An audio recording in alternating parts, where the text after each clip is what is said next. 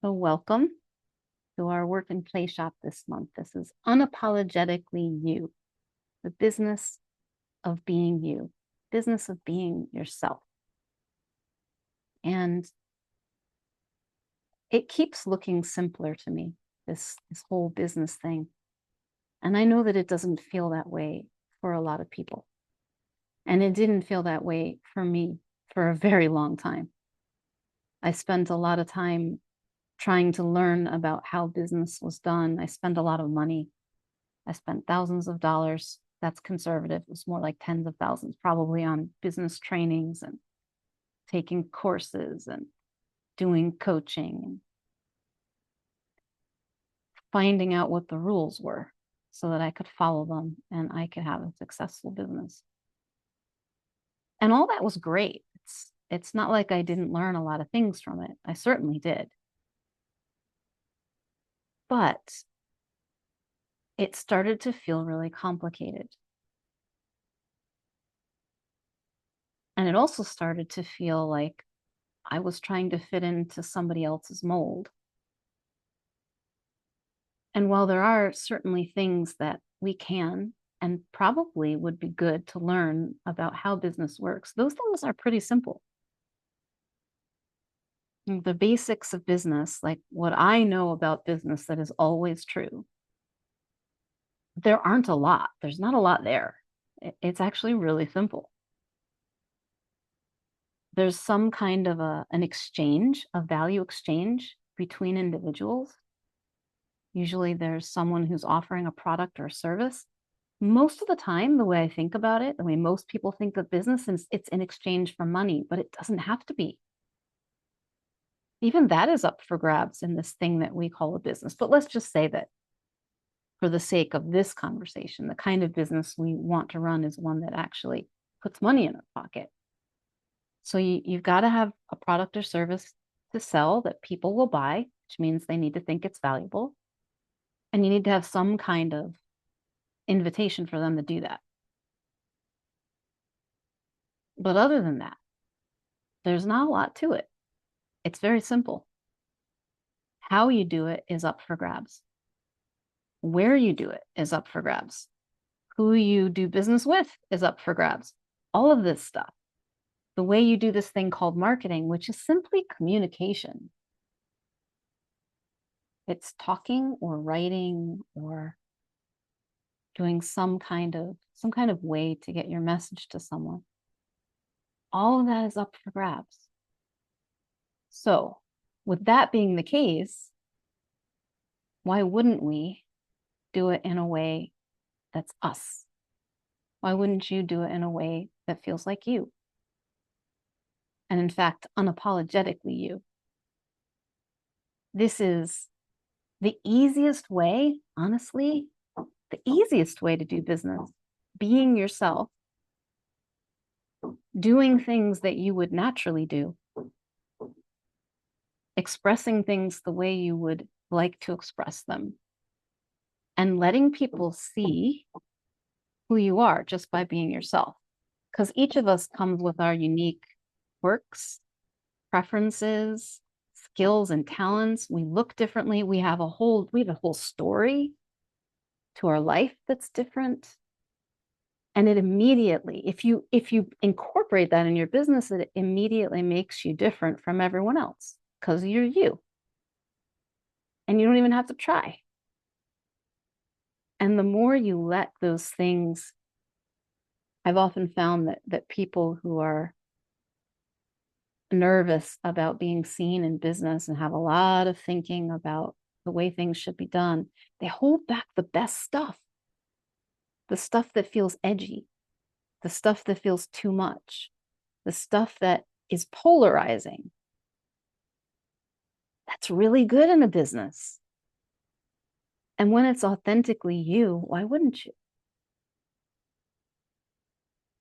It means that the people who resonate with your message are going to recognize you, and the people who don't won't. They'll go somewhere else, and that's actually what we want.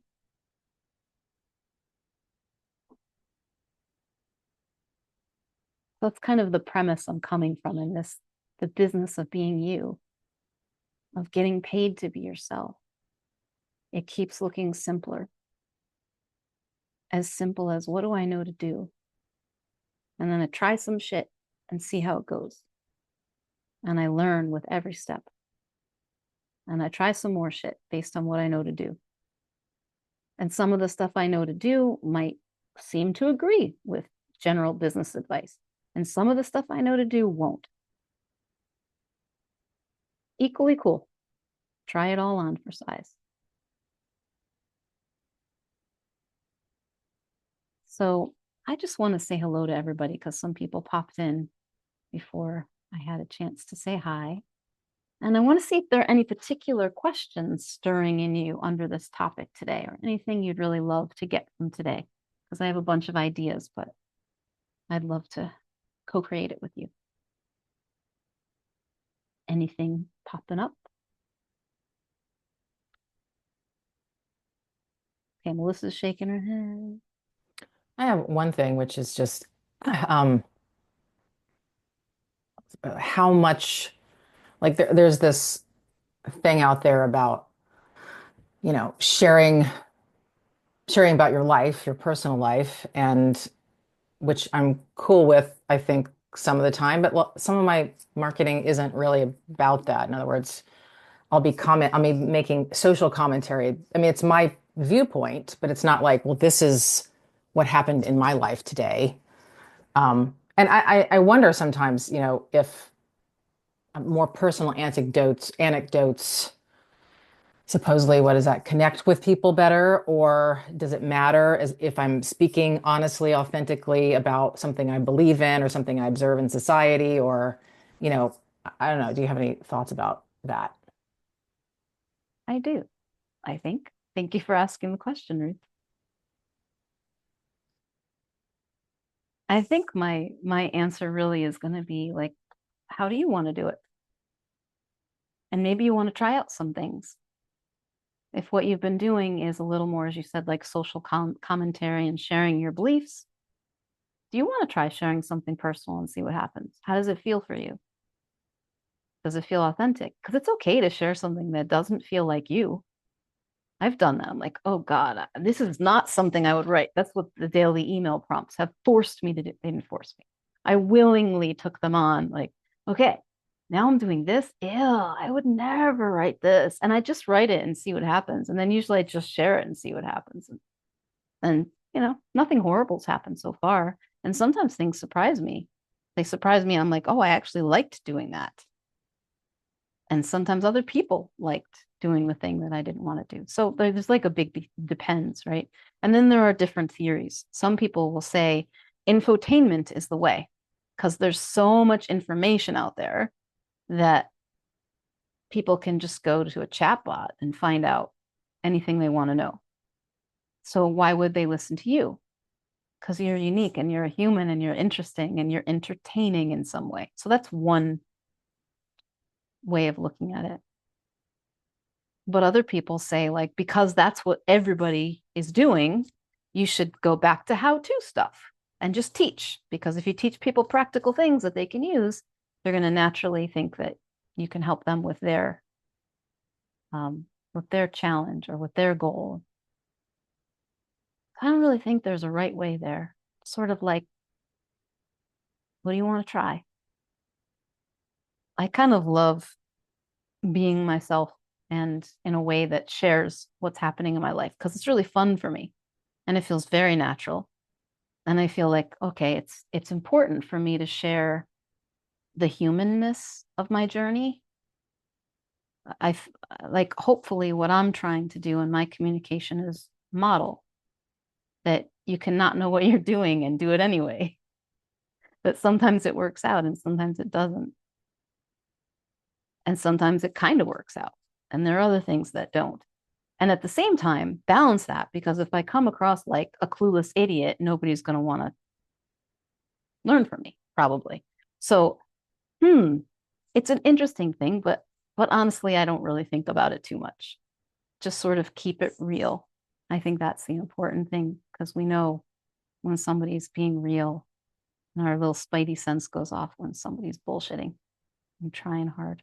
So I don't know if that really answered your question, Ruth, but No, give me some things to think about. Just maybe just try some different things that aren't my go-to, because I yeah, kind of have my go-to stuff that I do, but let's mix it up.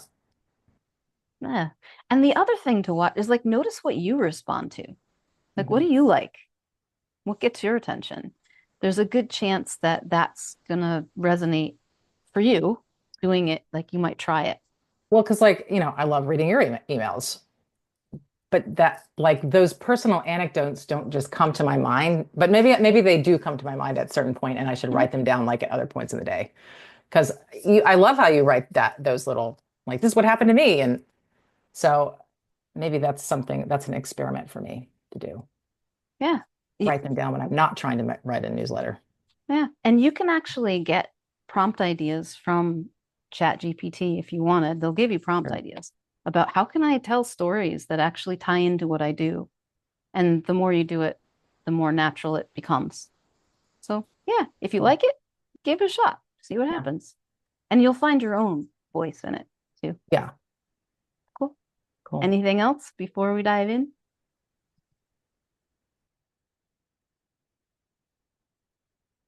Okay. So maybe we'll see about some prompts today. Maybe we can see if that wants to happen. So I want you first to recall a time when you felt the way that you wish you could feel all of the time. This question comes from originally from Mavis Karn, and I really love it.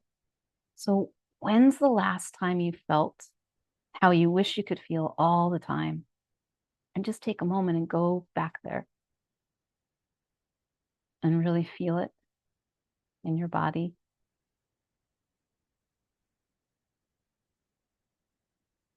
Notice what that was like. And it doesn't matter if it was today or if it was 10 years ago.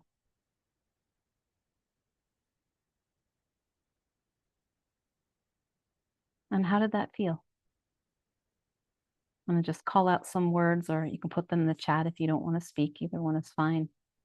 Like, what did that feel that last time you felt the way you wish you could feel all of the time? Light, excited, warm and bubbly. Ooh, yeah. Easy, grateful. It felt nice. Whatever it was for you, it felt nice, right? So I want you to consider or maybe remember that that's what it feels like to be you, just being. That's that's who you really are. And it's not that you're not yourself at other times. That's you without you on your mind. Putting that in air quotes, right? That's what it feels like to have an experience of life without judging yourself against somebody else or worrying or trying to predict what's going to happen or regretting what you did or any of the other number of things that we do to take ourselves away from the experience we're having.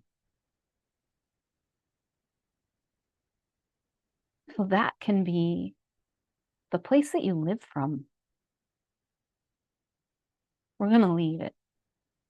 That experience is not going to be 24/7, but it's available 24/7. Because as soon as I stop thinking about myself and what other people are thinking about me, which is really just thinking about myself, I'm just left with this moment. And it feels really nice. And if you notice that, you'll discover that that's you, that being you feels really nice. And all the things that we learn to associate with ourselves, it's not us.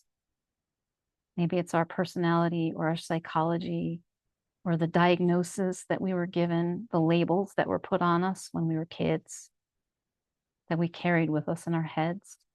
That's not you. The things we did, also not you.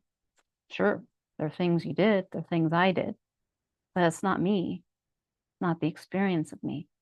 So what happens when you take that feeling and you create with it inside of this thing we call a business? It's kind of amazing. It feels great. And what comes out of you tends to have that nice feeling too. And sometimes things go well, and that's wonderful. And sometimes things go not as well, and it's also okay. So just consider that as your, like, what if that's your home base in all this?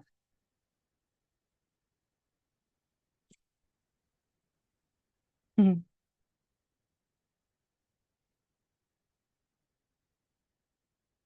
So, first question to consider.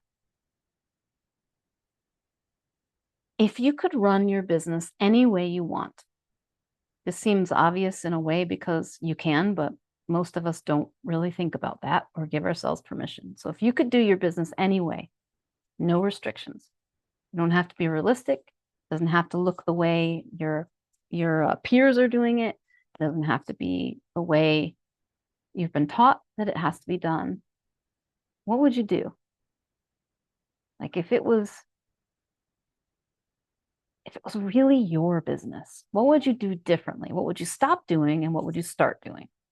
So I'm going to put you into some breakout groups to chat about that for a few minutes. Maybe just like, let's say 8 minutes. See. So any questions about that? I think that was pretty straightforward. So if it was your business to do any way you wanted, what would you do more of? What would you start doing? What would you stop doing? Okay. So I will see you in 8 minutes. Please say yes to join the rooms and we'll come back soon. Welcome back. Did we lose our Casey?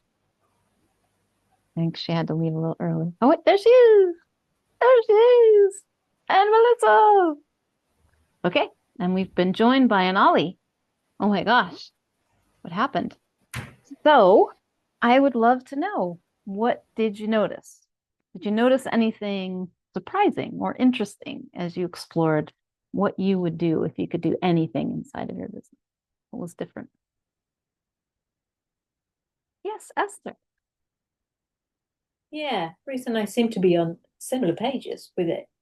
Like, yeah, what I said was, I want to play and frolic and have people who do work for me. They report back to me every now and then. They take care of stuff. I am well and truly supported, and I'm just living my life, doing my stuff, and I just bring that into the business.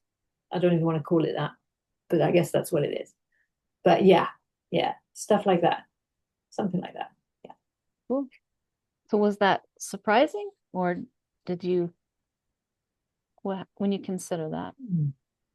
Interesting how, yeah, I guess I was not the only one to feel that way.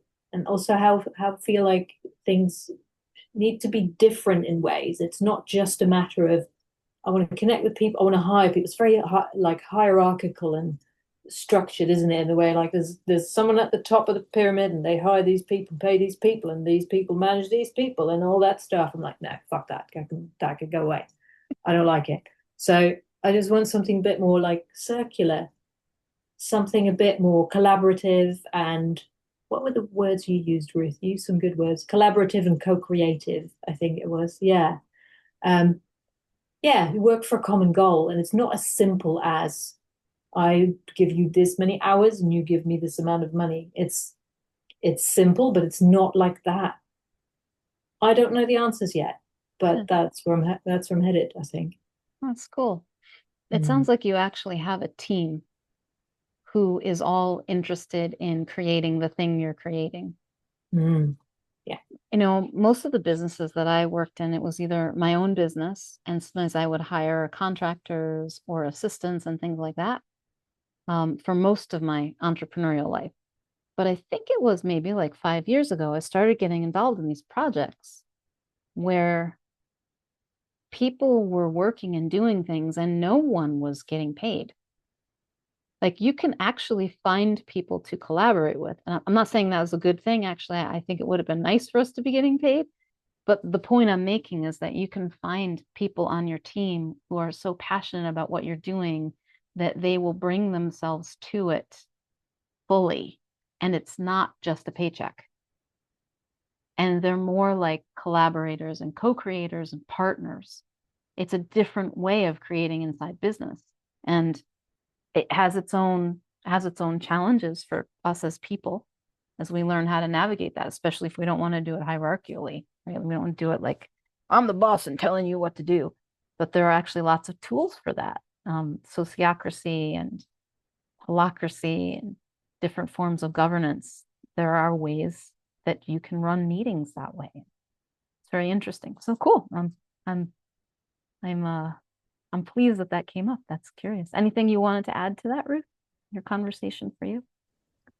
We were really just kind of bantering and a lot on the same page. So, Mm-hmm. that's what I want too, is to feel supported and also like we're in it together, collaborating, co-creating. So, yeah. Mm. This is kind of feeling like the marketplace that Ollie was writing about in Love Money, that, and I would like to see that inside of the Love and Action community, a place where people can come together for projects, where they can support each other. And, it might have money exchanging, but there are other ways values exchanging. They're bartering or they're, you know, it's, hmm, hmm. Now it's got me going too. Anything else that the other room discovered, Melissa and Casey?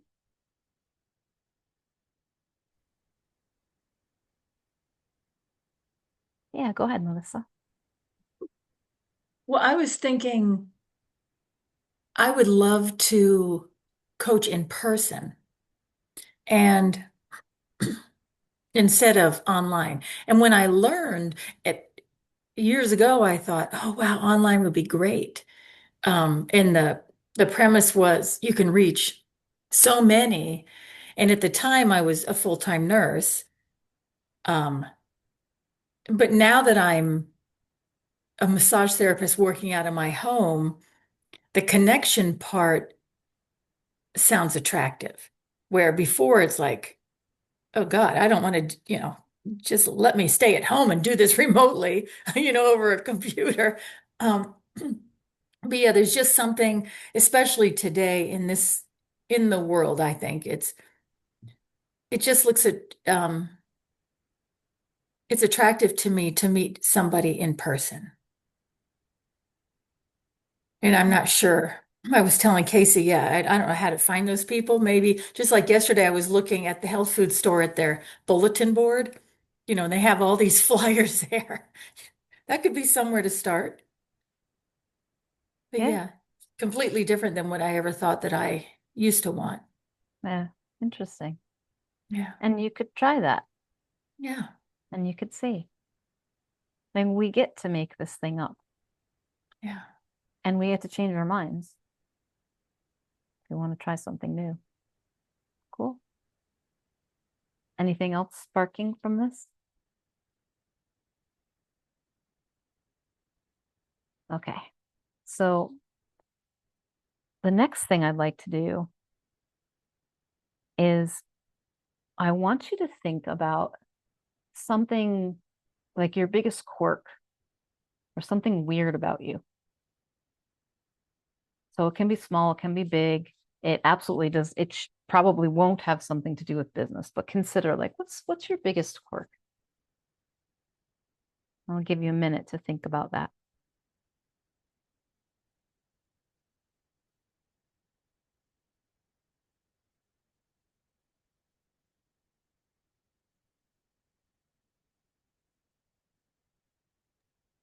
Steph, I'm sorry to interrupt. Yeah. What do you mean by quirk? I mean, I think I know.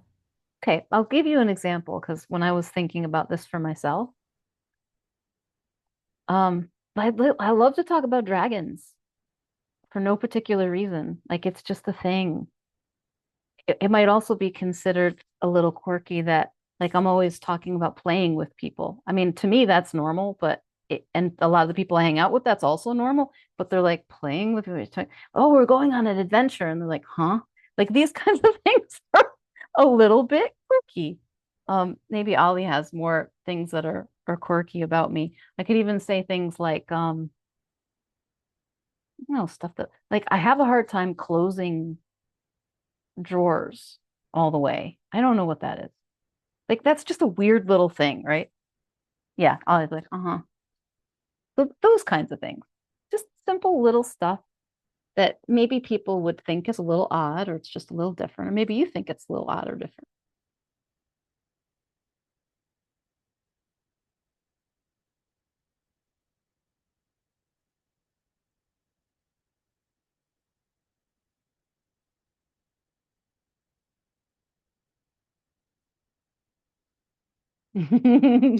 You have so many, it's hard to choose, Esther.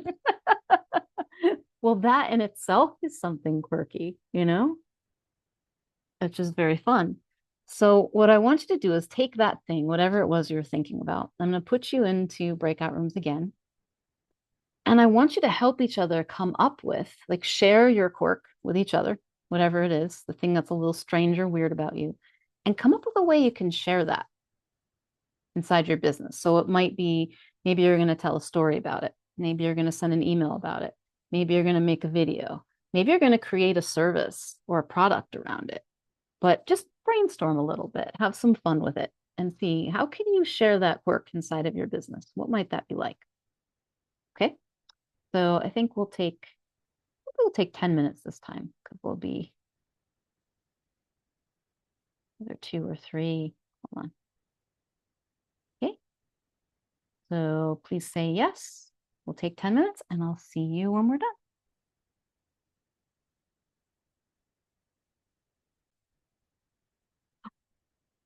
Welcome back, everyone. So, what did you discover? What did you come up with? What was in particular I'm interested in seeing, like, what did you notice that was surprising or new for you? Yes, Esther. Not really all that quirky, are we? We might think, oh yeah, that's a bit quirky about me, and people are like, no, it's not quirky. Not to me, so I think it depends on the crowd, really depends on the crowd, because we're here like, nah, not quirky. But yeah, I get why it's that quirky on the outside, in the outside world. Yeah. Yeah.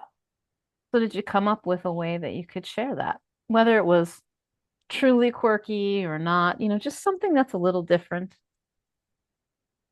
Not sure actually. I think we got lost into maybe chatting about, is that quirky? What is quirky? Is this quirky enough? I'm not sure. Is this quirky? So I think that's where we got to without thinking about how do I share this? Ah, Yeah. okay. Well, I'm gonna say that it's quirky enough because we're just playing here. So there's not like a minimum requirement for weirdness. I mean, some people like we look at try to think of like pop stars and celebrities are known for their really bizarre things like bizarre taste in fashion or some of the quirky things they've done. Remember, oh, this is so dating myself because I don't follow the news now, but like Angelina Jolie and Billy Bob Thornton back in the day, like she was wearing his blood around her throat and stuff like that's weird, creepy, quirky, right? But it was certainly quirky. There's something interesting to us as humans to kind of get a little insight into somebody else's world and see like, oh, they have weird little things that happen to them too. They have pet peeves. They get aggravated. They have passionate temporary obsessions, perhaps. Like, they're like me. It's entertaining. It's intriguing. Cool. So what else? What did you notice in the other room?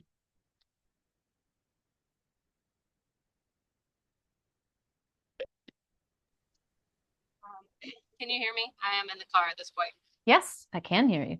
All right. I think the thing that was really interesting overall is just that I think it's actually really a lot easier to share this stuff than we tell ourselves, you know?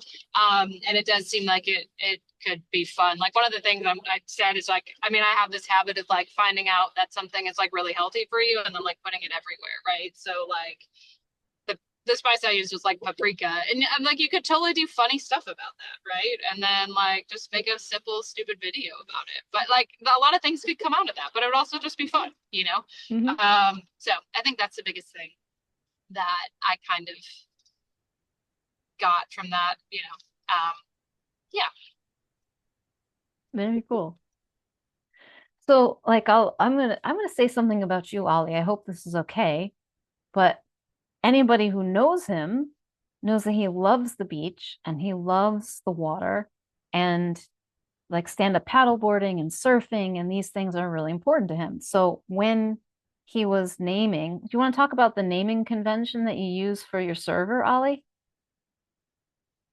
I wasn't sure where you're going with that. Yeah. But yeah, so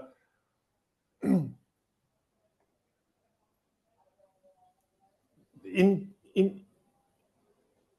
there's this essentially it's a random problem. How do you name things?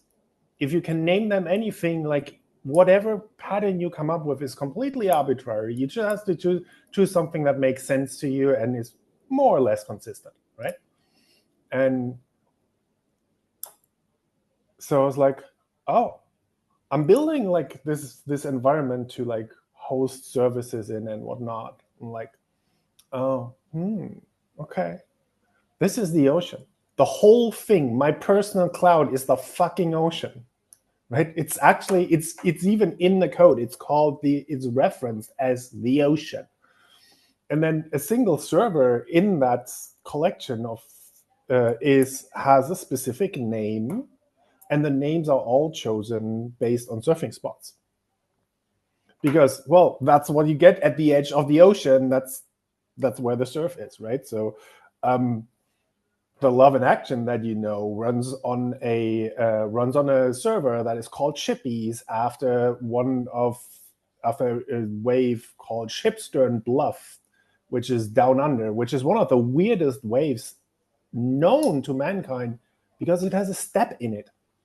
Like when the wave breaks, there's a whole freaking step in it that you need to jump over, right?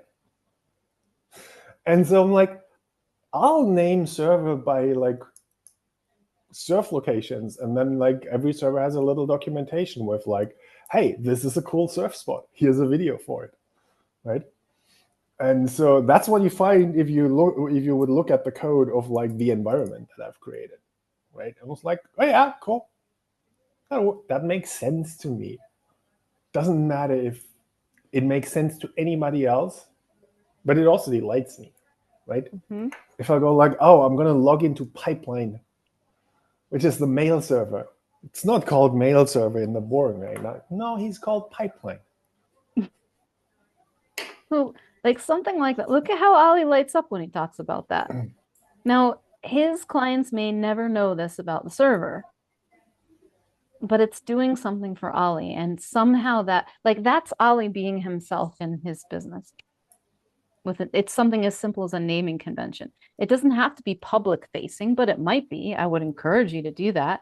So, like for example, if you have packages, you can have the bronze, the silver, and the gold, you know, or you can name them after surfing spots, or you can name them for like different names of dragons, or, you know, whatever feels right to you. It doesn't have to be over the top quirky. And when I talk to, yeah, droplets, buckets, and pools,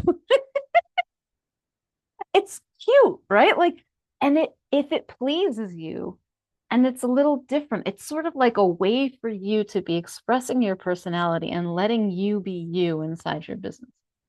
And if that does not feel like you, then don't do it. You know, don't force this stuff. You know, like when I talk to Chat GPT about things like this, like it's trying to encourage me to like, oh, you need to really express your personal brand and like really go over the top with like circus stuff. And I'm like, wait, no, I don't think so. It's because I did a pretend Michael Jackson pony circus life or something, and now Chat GPT thinks that that's what I actually want. I want to dance like Michael Jackson. Like, no, that was just for fun, but thank you very much.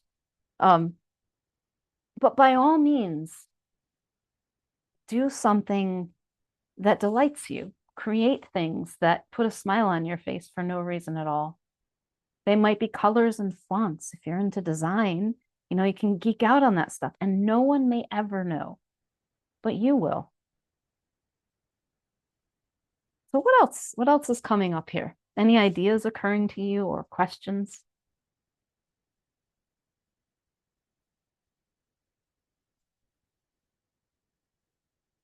You actually highlighted one of my problems. All the quirks I could think about, I'm already doing. And I did not think about the naming convention one, actually. Oh, Did not even cross my mind, but I'm like, oh, yeah. The two that came to my mind was like, I'm going to base everything off the number 23. Right? And it was like, yeah, I'm doing that. I send people invoices over really weird looking sums because they are multiples of 23. Stop complaining. Nobody complains so far, right? Like, actually, when I tell people, they're like, oh, that's cool. Right? Or I'm just very fucking opinionated. And so, like, really? yeah, I am. And so I go like, well, if it works for you, do this because it's better than everything else, right? And I can give you a lot of reasons why, and maybe you can convince me that it's not your fit. That's okay. But generally, I'm opinionated, and that's actually part of the positive package that you get, right? So that's why the exercise was so far felt a little bit like a nice remembrance almost. Looking for a quirk that I can include. I cannot think of one. That's really cool. And I really, it's nice to see, oh, I am doing that. This is my business. I am creating it the way I want to.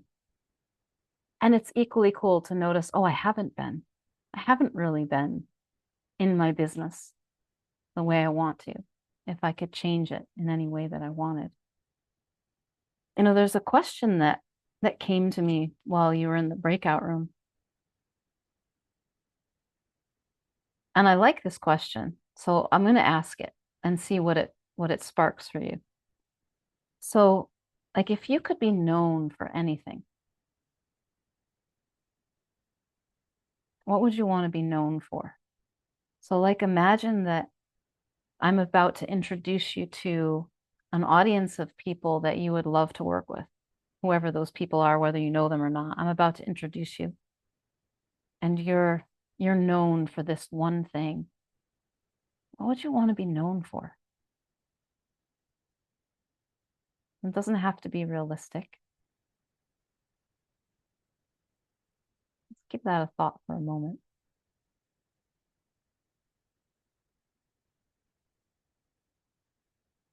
Kind of get the feeling of it. Does anybody have something they'd want to share? What would you love to be known for? Yeah, Melissa. I love the differences in people. So I love, yeah. So Yeah. what would you want to be known for? If I was going to say, this is Melissa, and she's a curator of differences in people, like what would be cool? This is Melissa, and one thing that I don't use this term, but rocks her boat is just the difference. One thing she loves about people is how they show up differently, especially if it's really different and like they think they're odd. I love people like that. So maybe you don't have to take this or anything, but maybe we could even push this a little bit more. Like, Melissa is known for being the person who takes such joy in your differences and the things that are really different, that it just brings it out of you. Like, she's amazing at just unleashing the weirdness, the wildness, the strangeness, the quirkiness inside of you. Again, I'm making that up. That was my words, but like, That could be it. Yeah. kind of cool, right? Yeah. But even if it doesn't do all those things for somebody. Yeah. Yeah. Yeah. Anyone else want to share something? Yeah, Esther. Okay. I was thinking like this is Esther and she's a rebel with a cause and she's disrupted the way business is done. Woo! You said it didn't have to be realistic, right? Not at all. Like, wouldn't it be cool to be known as that?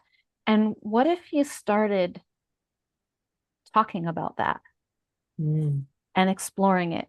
Like, Melissa, what if you started talking about what you love about how people are so different and maybe some of the differences and what you see in them and sharing some of your own differences, whether they're quirky enough or not? Like it just begins to become real. Or Esther, if you start talking about what it means to you to be a rebel and how you'd like to disrupt business. And you don't have to know how to do it, but you could talk about it. And it's something that's very alive. It's you, and it's going to engage people who will be interested in what you're doing, what you're up to. Which is kind of the point. So I want you to take one thing from today and put it into action. So maybe it's sharing one of your quirks. Maybe it's making a change inside of your business that you're going to add something or you're going to stop doing something. But take one action. It could be small, but do it. You might change the tagline on your signature on your email. Maybe you put in there, like, I'm a rebel with a cause. And just see what happens.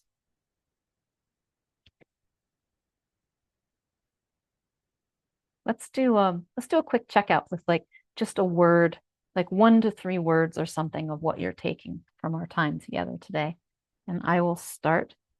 I'm taking glorious self-expression. That's what I'm taking. We can do this popcorn. So whoever's ready to go next. I'm going to call on you. All right, Ollie, what are you taking from today?